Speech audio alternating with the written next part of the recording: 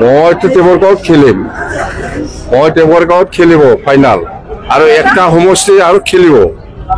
এইটো নিৰ্ভৰ কৰিব এই খাম্পা ক'ত খেলে। স্যাৰ খাম্পাই কৈছে আপোনাক হাৰাব, এইবিলাক প্ৰশ্ন কিয় সোধে? নোহোৱা বেলেগ কথা সোধকচোন।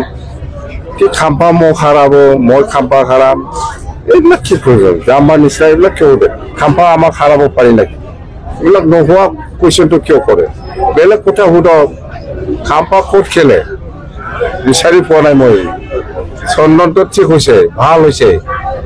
আমি যিটো বিপিএফ দলে পানিছমেণ্ট দিব পৰা নাই চন্দনক, এই পানিছমেণ্টটো এইবাৰ বিপিএফে দিছে চন্দনক।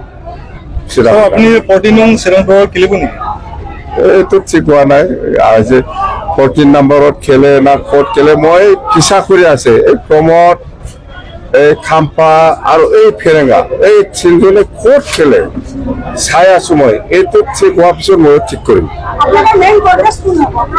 আমাৰ লগত এণ্টায়াৰ বিটিচিত মেইন কণ্টেষ্ট আমাৰ লগত হ'ব বিজেপি, ছেকেণ্ডতহে ইউপিপিএল।